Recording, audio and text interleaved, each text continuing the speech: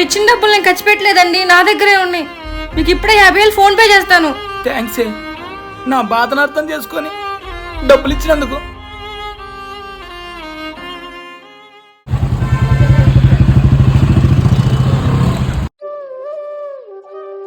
ఎరా రాజా, ఏమైనా పనుంటా ఇవ్వు, చేసుకుంటాను. ఏంట్రా రమేష్ జోకులు వేస్తున్నావు? నీకేవడరా పని ఇచ్చేది? నిన్నటిదాకా జైల్లో ఉండొచ్చినోడికి. అలా అనకరా రాజా, చేతిలో రూపాయి లేదు. నీకు పని ఇస్తే నా షాపులో ఏమన్నా దొంగతనం చేస్తే నా పరిస్థితి ఏంటి?